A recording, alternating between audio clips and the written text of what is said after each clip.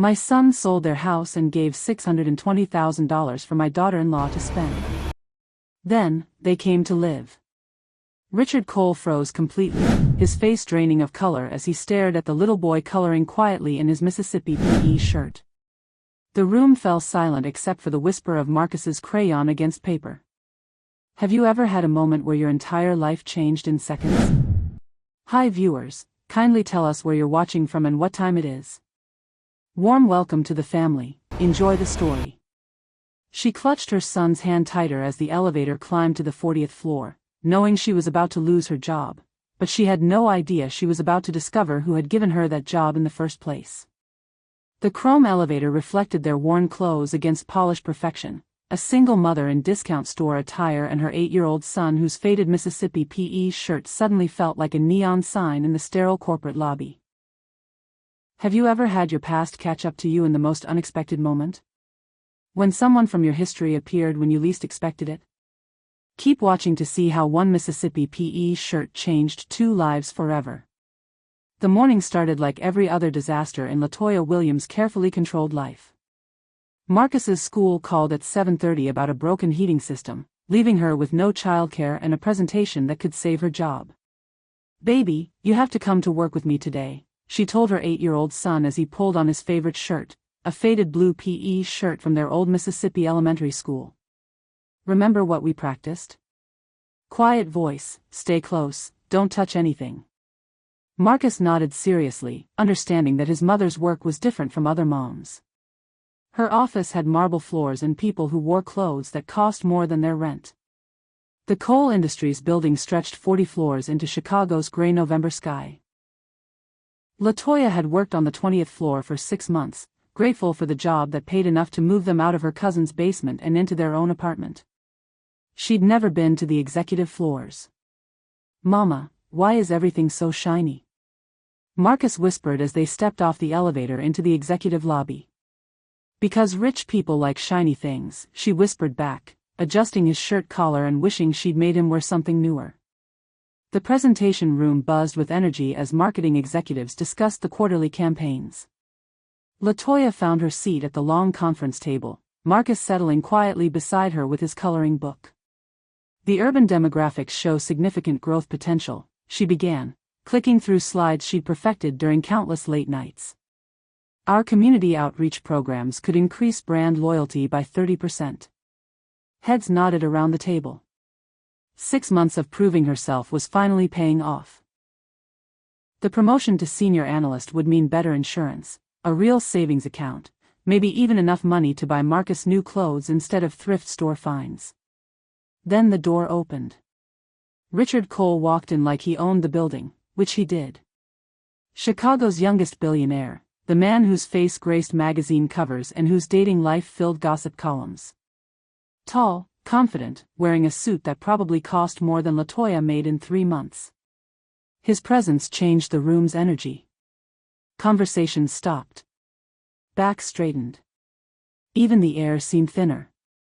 "Continue," he said, settling into the chair at the head of the table. LaToya's voice caught for just a moment before she found her rhythm again. She'd seen him in company newsletters but never in person. Never close enough to notice the way his dark eyes scanned the room with calculating precision. Those eyes stopped on Marcus. Richard Cole froze completely, his face draining of color as he stared at the little boy coloring quietly in his Mississippi PE shirt. The room fell silent except for the whisper of Marcus's crayon against paper. "Sir," someone asked. "Are you all right?" Richard's gaze moved from Marcus to LaToya, and she watched recognition hit him like lightning. Those same dark eyes she remembered from 18 years ago, wider now with shock and something that looked like panic. Her carefully constructed presentation dissolved into white noise. The promotion, the job security, the future she'd been building, everything disappeared as she stared at the father of her child. The man who'd left Mississippi without a word. The man who'd never known he had a son. "Mama," Marcus tugged her sleeve, looking between his mother and the frozen billionaire with curious 8-year-old eyes. "Why does that man look like he's seen a ghost?" LaToya's blood ran cold because suddenly, she recognized the walk, the shoulders, the way he held his head, and realized her son might be looking at more than just a stranger. Marcus was looking at the father who'd never known he existed. Have you ever had a moment where your entire life changed in seconds? Where the past crashed into the present and turned everything upside down? Tell me in the comments what you think LaToya should do next. The richest man in Chicago spent his lunch break in a locked office, staring at a photograph he'd hidden for nearly 2 decades, the same face he'd just seen in his lobby, older now, but unmistakably hers. Richard's hands shook as he pulled the worn picture from his wallet. 17-year-old LaToya smiled up at him from the faded Polaroid, her hair in braids, wearing his Letterman jacket after the homecoming dance. The night he'd promised to love her forever. The night before he'd left for college and never looked back. The Mississippi heat had been oppressive that summer, but not as suffocating as the silence that followed his departure, leaving behind a girl who loved him and a future he was too young and selfish to face. Now she sat 20 floors below, 8 years older than when he'd abandoned her. And the boy, God, the boy looked exactly like Richard had at that age. Same dark eyes, same stubborn chin, same way of tilting his head when thinking. His son. He'd had a son for 8 years and never knew. 20 floors down, LaToya sat in her car in the parking garage, gripping the steering wheel until her knuckles went white. Marcus dozed in the passenger seat, exhausted from the morning's drama. She'd lied to him. Told him the important man had remembered her from somewhere else, somewhere that didn't matter anymore. 8-year-olds accepted simple explanations, especially when they came with promises of ice cream. But lying to Marcus felt like swallowing glass. For 8 years, she'd answered his questions about his father with careful half-truths. Your daddy lives far away. Sometimes people aren't ready to be parents. You have me, and that's enough. She'd never said his father was dead, never claimed he was a bad man. Just, absent. Unavailable. Gone. Now Richard Cole sat in his billion-dollar tower, probably calculating how this discovery affected his stock prices. Her phone buzzed. Unknown number. LaToya. His voice was exactly the same, deeper now, but carrying the same Mississippi accent he'd probably spent years learning to hide. How did you get this number? I own the company. I can get any employee's information. A pause. We need to talk. No, we don't. That boy, Marcus, right? The name on your employee file. He's mine. The words hung in the air like smoke. No question, no uncertainty. Just quiet acknowledgement of what they both knew. He's mine, LaToya corrected, her voice steady despite her racing heart. You gave up any claim to him when you disappeared 18 years ago. I didn't know. You didn't want to know. There's a difference. She could hear him breathing on the other end, probably sitting in some expensive office chair, trying to calculate how to handle this complication in his perfect life. LaToya, please. Just, meet me somewhere. Let me explain. Explain what? How you promised to call and never did. How you said you'd come back for me and went to Northwestern instead. How you built an empire while I raised our son alone. That evening, as LaToya tucked Marcus into bed, she noticed something she'd overlooked for 8 years, the way her son's eyes crinkled when he smiled, identical to the boy who'd promised to take her away from Mississippi and never looked back. Have you ever wondered what happened to your first love? The one who got away? Share if you've ever had that what-if moment that changed everything. She told herself she was protecting her son from disappointment, but deep down, she knew she was protecting herself from hope. LaToya's laptop glowed in the darkness of her tiny kitchen as Marcus slept down the hall. She'd told herself she wouldn't look him up, wouldn't torture herself with the life Richard Cole had built while she struggled alone. But curiosity won. Forbes articles filled her screen. Chicago's youngest billionaire. From Mississippi farm boy to Fortune 500 CEO. The Bachelor billionaire's charity empire. Her cramped apartment in Pilsen felt smaller as she scrolled through articles about Richard Cole's empire, the same hands that once traced her spine now worth billions, while she counted coupons for groceries. Every article mentioned his charitable work. Education funds. Community development. Anonymous scholarships for single mothers. Anonymous scholarships. Her blood ran cold as she remembered her job application 6 months ago. The mysterious scholarship that had paid for her business certification. The interview that had felt strangely easy. The position that had seemed too good to be true. 20 miles north, Richard sat in his penthouse office, surrounded by reports he'd commissioned years ago. Private investigators had tracked her movements since college. Nothing invasive, nothing that crossed legal lines. Just monitoring. Making sure she was safe. Making sure she was okay. The employment file was clear. LaToya had been hired through an anonymous scholarship fund. But the signature on the original application made Richard's hands shake. It wasn't random charity. Someone had been watching, waiting, planning this moment for years. He'd found her 3 years ago. Learned about Marcus 2 years ago when school records became available.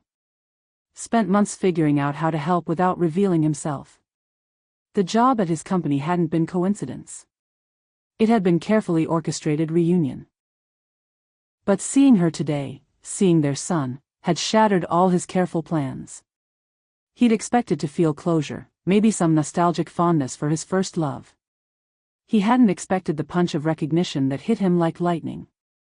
The way her smile still made his chest tight. The way she held her shoulders when she was nervous. The way she'd looked at him with hurt and anger and something that might have been longing. His phone rang. Marcus's school. Mr. Cole? This is Principal Martinez at Lincoln Elementary. Marcus Williams is in our office. He says you're his father and asked us to call you. Richard's heart stopped. Is he hurt? No, sir, but he ran away during lunch. He keeps asking to speak with you about his mother being sad. Should we call Mrs. Williams? I'll be right there. The drive across town felt like crossing decades. From his world of glass towers and profit margins to Marcus's world of public schools and practical concerns. He found his son sitting in the principal's office, small legs swinging from a chair too big for him, still wearing that faded Mississippi PE shirt. You came, Marcus said simply, like he'd never doubted his father would appear. You called, Richard replied, settling into the chair beside him. What's wrong, son? The word felt natural, right? Like he'd been practicing for 8 years without knowing it. What would you do if you discovered your child's father had become incredibly wealthy while you struggled alone? Would you reach out or stay silent? Tell me what you think happens next. The private investigator's report contained one sentence that changed everything. Subject has never married. Child's birth certificate lists father as unknown. Richard read the words again, processing what they meant. LaToya had been alone for 8 years. No husband, no boyfriend in the files. Just her and Marcus against the world. The guilt hit him like a physical blow. The executive break room felt like neutral territory as they faced each other across expensive marble countertops, two people who'd shared everything once, now strangers measuring words like weapons. You've been watching me. LaToya's voice carried no question, just quiet accusation. Making sure you were safe. Making sure I didn't embarrass you, you mean? Richard poured coffee he didn't want, needing something to do with his hands. If I wanted to hide from you, I wouldn't have hired you. So this was what, some kind of test? See if the poor single mother recognized her baby daddy when he got rich? This was me trying to figure out how to apologize for 18 years without making everything worse. Their eyes met across the small space, and suddenly they were 17 again. Standing in his pickup truck after graduation, making promises they were too young to keep. You hurt me, she said simply. You made me believe in forever and then disappeared like I'd imagined everything. I was 18 and scared. Richard set down his cup with careful control. My parents had my whole life planned. College, business school, taking over the family company. You weren't part of their plan. So you chose their plan over me. I chose what I thought was responsible. What I thought would give me a future worth coming back to. LaToya laughed bitterly. How'd that work out for you? I spent 20 years building something I thought would make me worthy of finding you again. Turns out I was building the wrong thing. The admission hung between them like smoke. Outside, Chicago bustled with afternoon energy, but in this small room, time felt suspended. Why now? She asked. Why not last year, or 5 years ago? Why wait until Marcus is old enough to ask questions I can't answer? Richard's jaw tightened. Because I've been looking for you both since the day I realized what I'd lost. The confession hit her like lightning. Not guilt, not obligation, but actual searching. Actual wanting them in his life. The scholarship fund, she said, pieces clicking together. The job interview. The promotion I haven't gotten yet, that was all you. The promotion you earned yourself. I just made sure you got the chance to earn it. They stood close enough to touch now, close enough for her to smell the same cologne he'd worn in high school. Close enough for him to see the silver threads in her hair that stress had put there. Marcus asks about his father, she said quietly. Every few months, he gets curious. Wants to know if you're tall or short, smart or funny, if you think about him. What do you tell him? I tell him his father lives far away and thinks about him every day. Her voice broke slightly. I never lied about that part. When she asked why he'd really hired her, Richard's answer was simple and devastating. Because I've been looking for you both since the day I realized what I'd lost. The admission hung between them like a confession that would change everything. Have you ever had to face someone who hurt you deeply? Someone who disappeared when you needed them most? Share your thoughts on second chances and whether some mistakes can be forgiven. Let me tell you something about watching your grandbaby meet his daddy for the first time. It'll break your heart and heal it all in the same moment. Marcus asked the question that terrified two adults. Mom, why does Mr. Cole keep looking at me like he knows me? I watched from my kitchen window as Richard Cole climbed out of his fancy car in our neighborhood. Pilsen wasn't the kind of place where billionaires usually visited, but there he was, looking nervous as a teenager on his first date. My Latoya had called me crying the night before. Mama, he wants to meet Marcus properly. What am I supposed to do? Baby, I told her, that boy's been asking about his daddy since he could talk. Maybe it's time he got some answers. But Lord, watching it happen was something else entirely. The corporate playground on the building's roof became a foreign country where a billionaire CEO learned to push swings and discovered his son had inherited his competitive streak and his mother's stubborn streak. Richard moved like he'd never been around children before. Stiff, careful, like Marcus might break if he breathed too hard. But my grandbaby, bless his heart, just started talking like they'd known each other forever. You're really tall, Marcus said, circling Richard like he was studying him. Mom said my dad was tall. She never said how tall though. I saw Richard swallow hard. What else did she say about him? That he was smart and kind and probably thought about me sometimes. Marcus kicked at the grass. Do you think about your kids? Every single day. The way Richard said those words, like they came from somewhere deep inside, made my old heart skip. This wasn't some rich man trying to buy his way into a child's affections. This was a father meeting his son and realizing what he'd missed. Want to see how fast I can run? Marcus took off across the playground before waiting for an answer. Richard followed, his expensive suit looking out of place on the jungle gym, but his smile looking exactly right. For the first time since they'd found each other, he looked like he belonged somewhere. He's a good boy, I called out when they came back, both breathing hard from their impromptu race. He's perfect, Richard said, and the wonder in his voice nearly made me cry right there. Then Marcus fell and scraped his knee on the concrete. Before Latoya could move, before I could get up from my bench, Richard was there. Scooped that boy up like he'd been doing it for 8 years instead of 8 minutes. You're okay, he murmured, checking the scrape with gentle hands. Just a little blood. Nothing that won't heal. When Marcus fell and scraped his knee, Richard instinctively scooped him up with practiced ease that startled everyone, including himself. How did you know how to do that? Latoya whispered. His answer was simple, I don't know. It just felt right. Have you ever seen someone discover a part of themselves they never knew existed? Tell me about those moments when people surprise themselves with hidden strengths. Child, let me tell you about the night everything changed between my daughter and the man who'd left her behind. She showed up at his penthouse not as an employee seeking favor, but as a mother demanding answers, and discovered he'd been carrying her picture in his wallet for 18 years. I was babysitting Marcus when LaToya came home the next morning, looking like she'd been hit by lightning. Her clothes wrinkled, her hair messed up, and something different in her eyes. "Mama," she said, settling at my kitchen table like she was 17 again and needed her mama's wisdom. "You went to him last night." I had to know what he wanted. What his plan was for Marcus. She stared at her coffee cup like it held answers. I couldn't let him just waltz back into our lives without understanding his intentions. His penthouse windows framed the Chicago skyline like a living painting, but neither looked at the million-dollar view, their attention locked on each other's faces, reading years of pain and longing in familiar features.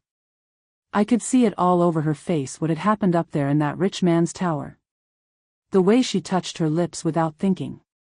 The way she kept looking toward Marcus's room like she was protecting something precious. "He kept my picture," she whispered. "All these years, through everything he built, everyone he could have had, he kept my graduation picture in his wallet." That hit me right in the chest. A man doesn't carry a woman's picture for 18 years unless she's carved deep in his heart. "What did you tell him about Marcus?" "That our son deserves better than a part-time father who shows up when it's convenient." Her voice got stronger. "That I won't let him break Marcus's heart the way he broke mine." But I could see the truth written all over her face. She was falling for him again. Maybe she'd never stopped. "And what did he tell you?" "That he's been looking for us since the day he left Mississippi. That every business decision he made was about becoming worthy of coming back." She laughed, but it sounded broken. Can you believe that? 18 years of building an empire to impress a girl he'd already lost. The morning sun streamed through my kitchen window, lighting up the tears on my daughter's cheeks. He wants to be Marcus's father. Real father, not just weekends and holidays. He wants to. She stopped, her hand moving to her throat. "What, baby?"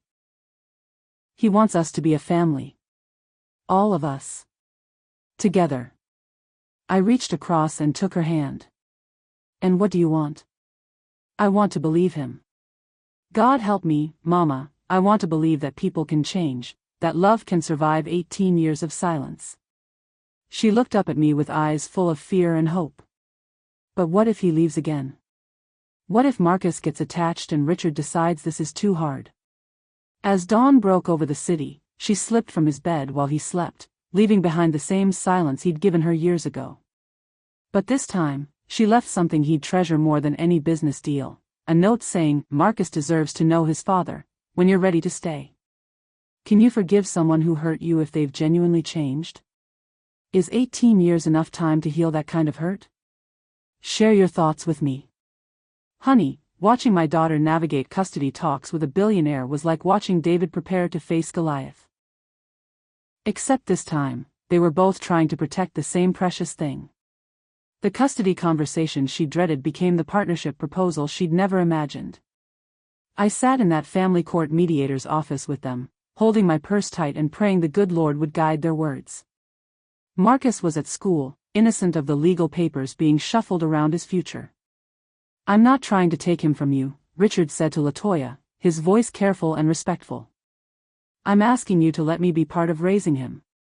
The family court mediator's office felt clinical and cold, but the agreement they crafted was warm with possibility, shared custody that honored both parents' love and Marcus's need for stability. My daughter had her mama bear claws out, ready to fight for every minute with her boy. But as Richard talked about wanting to coach Marcus's little league team, help with homework, teach him to drive someday, I watched her walls start coming down. "He stays in his same school," LaToya said firmly. "Same neighborhood, same friends. I won't have him uprooted because you can afford private tutors." "Agreed," Richard nodded. "I want to fit into his life, not rearrange it. And if this gets too complicated, if the media attention gets crazy, Marcus comes first. Always. Always, he repeated, and something in his voice made me believe him. They worked out a schedule that made sense. Weeknight dinners twice a week. Every other weekend.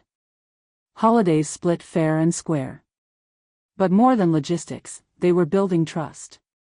I know I have to earn this, Richard said, signing papers with hands that shook just slightly.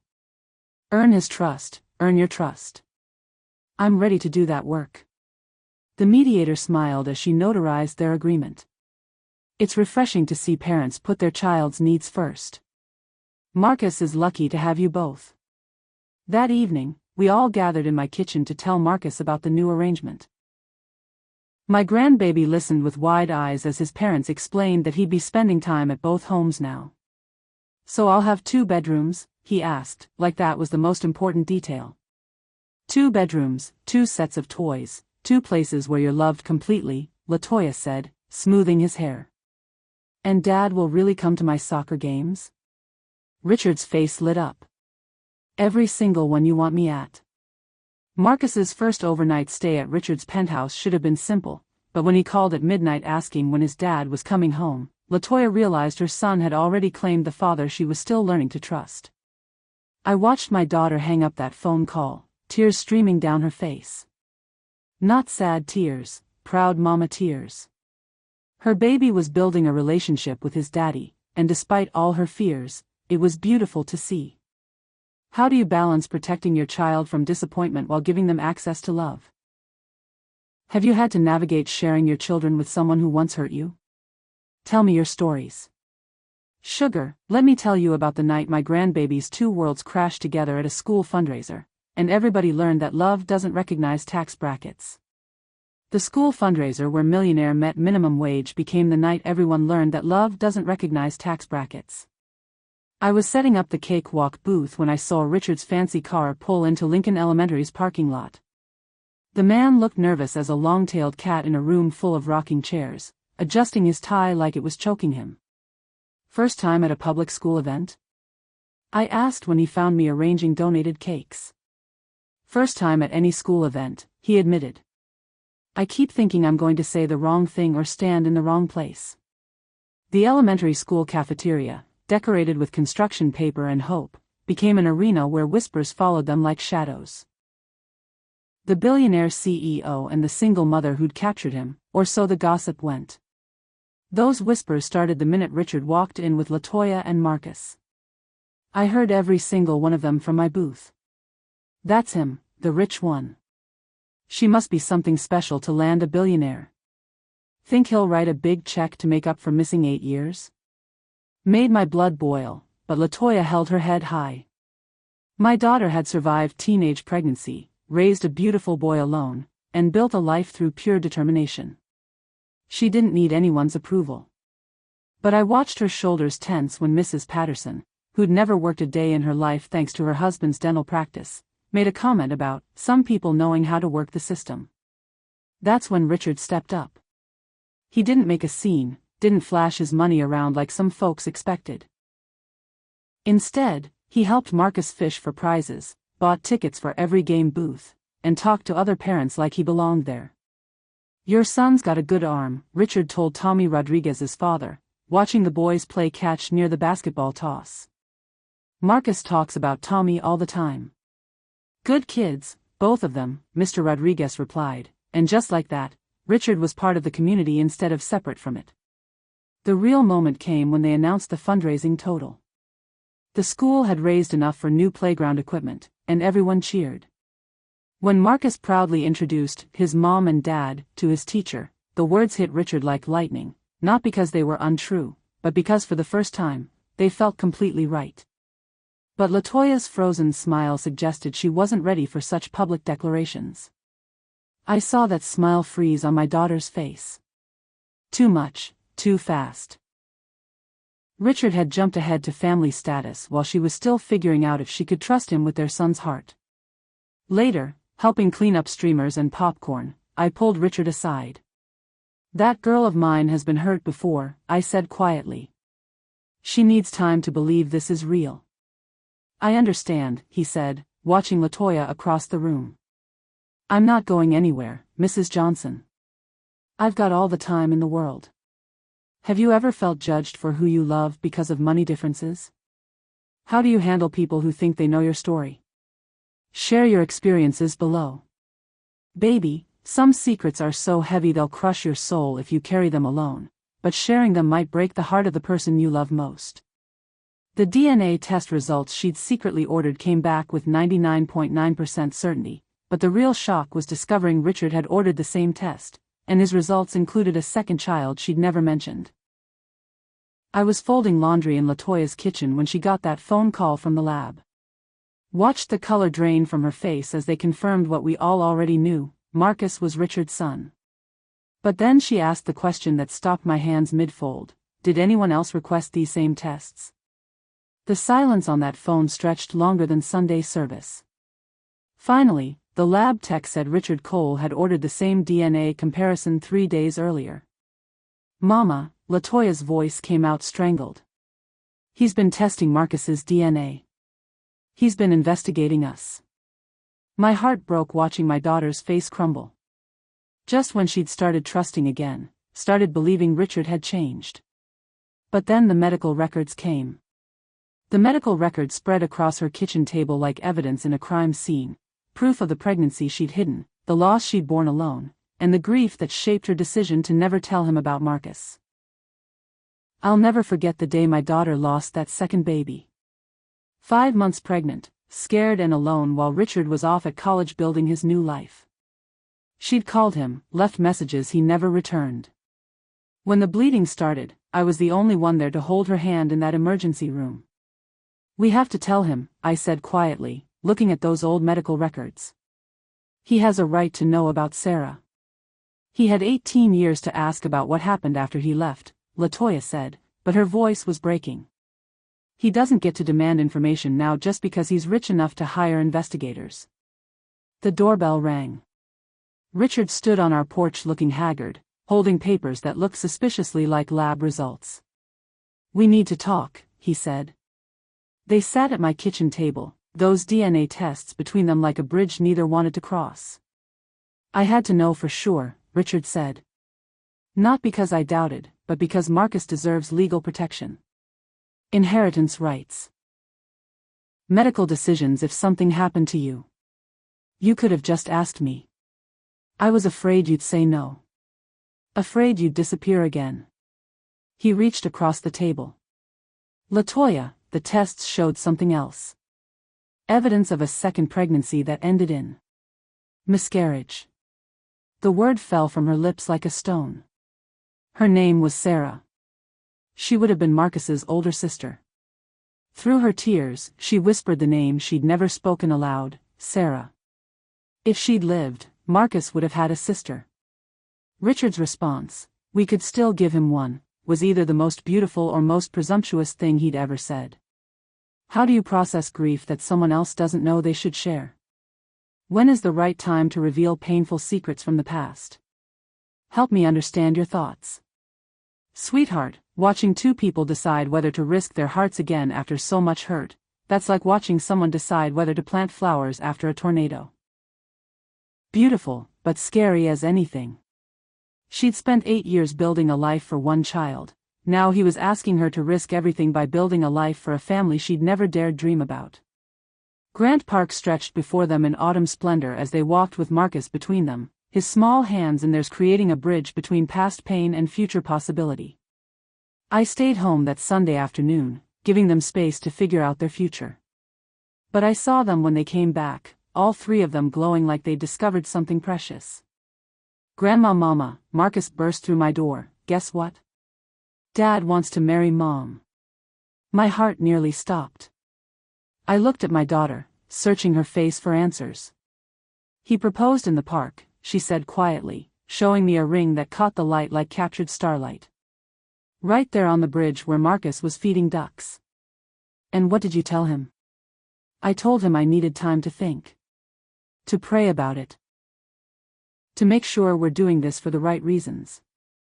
That evening, after Marcus fell asleep, Richard came to my kitchen.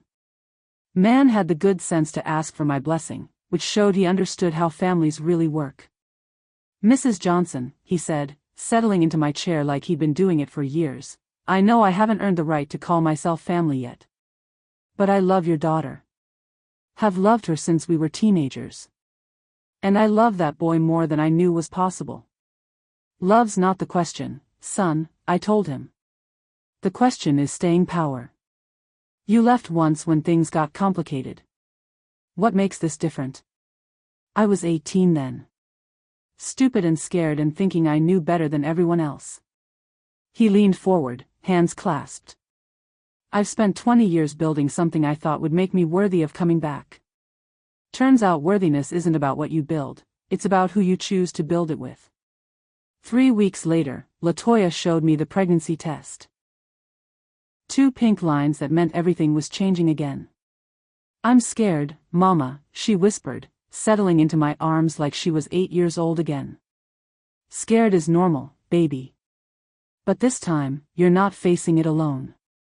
The pregnancy test showed positive, but this time, she wasn't facing it alone.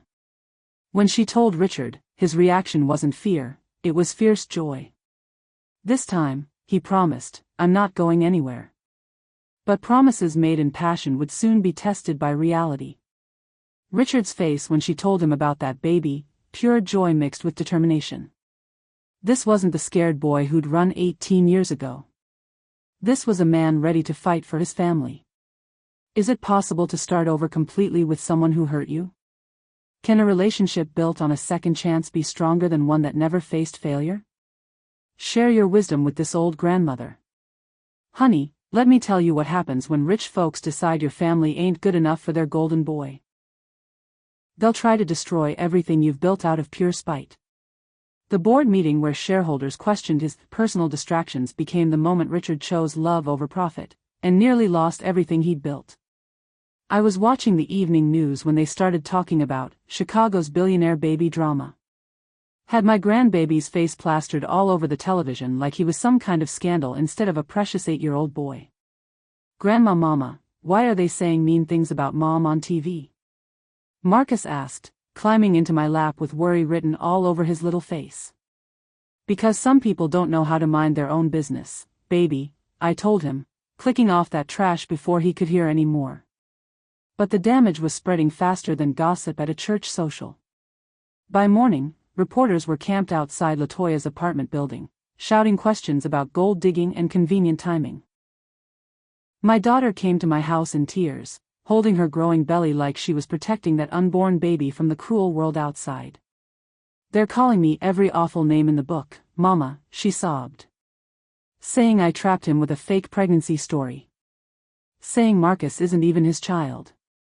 Baby girl, people who don't know your story don't get to write your ending," I said, holding her close. But Richard's business partners weren't backing down. That fancy board of his gave him an ultimatum that would have made the devil himself proud: choose his company or choose his family. When Richard called that evening, his voice sounded older than his years. "Mrs. Johnson, they voted me out. 20 years of building that company, and they threw me away because I chose love over their stock prices. And how do you feel about that, son?" "Relieved," he said, and I heard the truth in it. I spent 2 decades building something that was never really mine. Now I can build something that matters. The man showed up at my door the next morning with a plan that made this old heart sing. He wanted to start fresh, build something in our community, create jobs for people who needed them instead of profit for people who already had too much. "I lost everything," he told LaToya, taking her hands in his. "But I don't care about any of it if you're not here. If Marcus isn't here. If we're not a family." My daughter looked at this man who'd given up billions for her love, and I watched 18 years of hurt finally start to heal. The ultimatum came from his largest investor: choose your company or choose her. Richard's response was immediate: "I choose my family." But as he walked out of the boardroom, he wondered if choosing love meant choosing poverty, and what that would mean for Marcus and their unborn child. How do you handle when the world judges your relationship? When people assume they know your story without knowing your truth? Tell this old grandmother what you think. Lord have mercy, watching my daughter pack her bags to save the man she loved was like watching someone cut off their own arm to save their heart. She packed her bags not because she stopped loving him, but because she loved him enough to let him choose his empire over her, until he proved he'd already made his choice. I found LaToya in her bedroom, folding clothes with mechanical precision while tears streamed down her face. "What are you doing, baby girl?" "Protecting him," she said without looking up. "The news said his company lost millions because of me. His investors are pulling out. I won't be the reason he loses everything he worked for. And you think running away will fix that? I think staying will destroy him." She placed Marcus's favorite shirt in the suitcase. "At least this way, he can rebuild without us dragging him down." But Marcus wasn't having any of it. That boy planted himself in the doorway like a little soldier. "We're not leaving, Dad," he announced with 8-year-old authority. "Families don't run away when things get hard." Before I could tell him to mind his elders, pounding echoed through the apartment. Richard's voice came through that door, desperate and broken. "LaToya. I know you're in there. Please don't do this again. Don't disappear on me again." Marcus ran to that door faster than greased lightning, working the locks while my daughter sat frozen on her bed. When Richard stumbled inside, he looked like a man who'd lost everything that mattered. His fancy clothes were wrinkled, his hair messed up, his eyes red with exhaustion. "I lost the company today," he said, pulling Marcus close. "But I don't care about any of it if you're not here. Richard, your life's work was meaningless without you in it." He looked at those packed suitcases like they were weapons pointed at his heart. "I can build another business. I can't build another family if I lose you both." Union Station buzzed with travelers chasing destinations, but among the crowd, a billionaire chased the only journey that mattered, following the woman carrying his heart and his child toward a train that would take them away forever. That night, they sat in my kitchen planning their future. Not as a billionaire and his family, but as 3 people who'd found their way back to each other. "So what do we build now?" Marcus asked, settling between his parents at my old kitchen table. "Something better," Richard said, his arms around both his children. "Something that can't be taken away by people who don't understand what really matters." When Marcus appeared in the hotel lobby, having followed his father to find his mother, his simple question stopped all their grand gestures. "Are we a family or not?" Sometimes children ask the questions adults are too afraid to answer directly. Would you sacrifice your own happiness to protect someone you love? Or fight for love even when it costs everything else? Share your heart with me. Sugar, watching a man go from penthouse to community center and find more joy in the journey down than he ever had climbing up, that's when you know someone's found their true calling. 1 year after losing his corporate empire, Richard Cole stood in a community center in Pilsen, teaching business skills to single mothers, and discovered he'd never been richer. The old warehouse we'd converted into our community center buzzed with more life than any corporate building ever could. I watched Richard help Mrs. Rodriguez plan her catering business while LaToya led a workshop on managing money when you don't have much to manage. "Grandma Mama," Marcus called from the corner where he was organizing donated school supplies. "Dad says we're helping Mr. Miguel buy a truck for his construction business." That boy had grown so much in the past year. Watching his father work alongside neighbors, seeing real problems get real solutions, it taught him more about being a man than any fancy private school ever could. My daughter glowed with more than just pregnancy. At 7 months along, she moved through our center like a queen in her kingdom, helping dreams take shape in a community that had been forgotten by folks with money. "How many families have we helped now?" I asked Richard as we cleaned up after the evening workshop. 15 new businesses launched, 8 families moved into stable housing, 3 teenagers got college scholarships. He rattled off like he was reading a grocery list. But the real number is 47 people who believe in themselves now when they didn't before. This was wealth that couldn't be measured in dollars. The evening news had stopped following our story months ago. Reporters got bored when scandal turned into service, when drama became dedication to community building. "You know what I love most about this life?" LaToya asked that night as we sat on her small porch, watching Marcus play catch with neighborhood kids in the fading daylight. What's that, baby girl? Nobody here cares what Richard used to have. They care about what he's willing to give now. Richard emerged from the kitchen carrying glasses of sweet tea, settling beside his wife with the easy comfort of a man who'd found his place in the world. "Mrs. Johnson," he said, "I've been thinking about the baby. About names. Oh. If it's a girl, we'd like to call her Elena. After the first woman who took a chance on our microloans and started her own business." At their baby shower in the community center, surrounded by both worlds they bridged, LaToya felt the first strong contraction. But instead of fear, she felt completion. This child would be born into love, not abandonment, surrounded by family, not shame. What does success really mean to you? Is it money and status, or is it love and purpose? Share what your definition of making it looks like. Honey child, let me tell you about the most beautiful birth I ever witnessed. When my granddaughter came into this world surrounded by more love than any baby could ever need. She gave birth holding the hand of the man who'd left her pregnant 18 years ago, but this time, he wasn't going anywhere. Chicago Memorial Hospital felt like holy ground that December morning when Elena Rose Cole decided she was ready to meet her family. I sat in the waiting room with Marcus, both of us fidgeting like cats in a thunderstorm. "Grandma Mama, is Mom going to be okay?" Marcus asked for the 10th time. "Baby boy, your mama is the strongest woman I know. That little sister of yours picked the right family to be born into." When Richard appeared in the doorway, tears streaming down his face and the biggest smile I'd ever seen, we knew everything was perfect. "She's here," he said, his voice cracking with joy.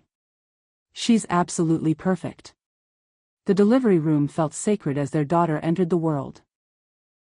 Not in the sterile fear of LaToya's first birth, but surrounded by love, support, and the promise that this child would never wonder if she was wanted. Elena Rose weighed 7 pounds of pure miracle, with her mama's determined chin and her daddy's dark hair. But more than that, she was born into a family that had fought through 18 years of separation to find their way back to each other. "Can I hold my sister?" Marcus asked, climbing onto the hospital bed with practiced big brother care. Watching that 9-year-old boy cradle his newborn sister with gentle hands and protective instincts made my old heart nearly burst with pride. This was what family looked like when it was built on choice instead of chance. "What do you think, big brother?" Richard asked, settling beside them so they were all connected. "I think she's perfect," Marcus said seriously. "And she's lucky because she gets to grow up knowing her daddy loves her from day one." Richard's face crumpled at those words. My daughter reached over and took his hand, and I watched 18 years of regret finally transform into determination for the future.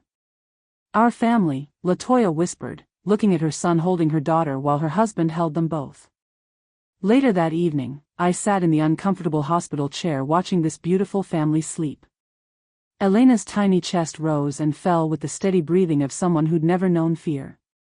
Marcus had curled up against his mama's side, one protective hand near his sister's head even in sleep.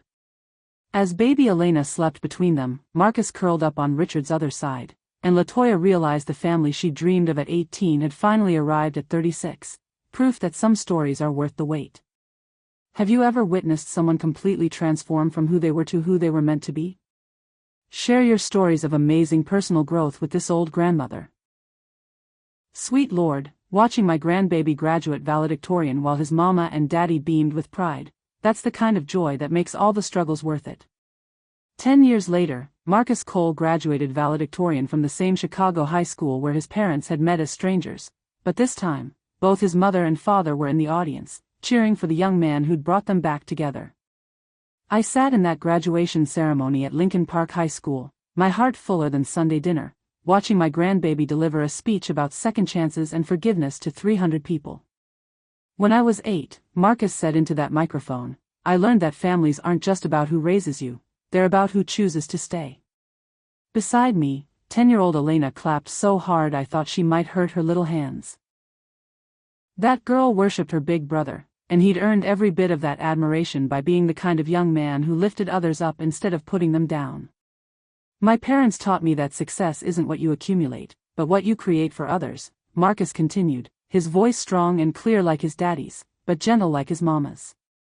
Richard and LaToya sat hand in hand, tears streaming down their faces as they watched their son, our son, speak wisdom that took most folks a lifetime to learn.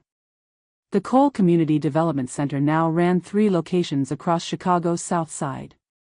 What started as one man's attempt to rebuild after losing everything had become a model for communities across the country.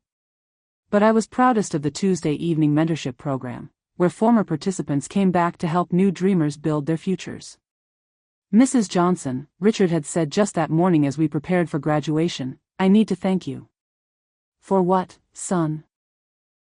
"For raising the woman who saved my life.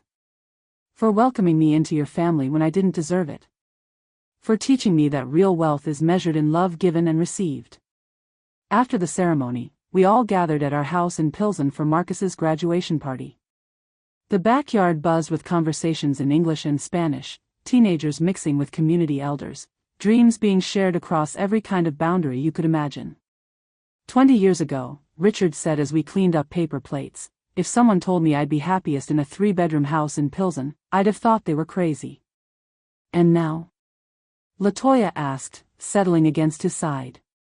"Now I know this is what I was building toward all along. I just took the long way home." "So what would you do if your past walked into your present and offered you everything you dreamed of 18 years too late? Would you take the risk?" The Cole family story proves that sometimes the best families are built not from perfection, but from forgiveness, and sometimes the shirt that changes everything is just the beginning. What do you think makes a family? Share your definition with this old grandmother who's seen love win against all odds.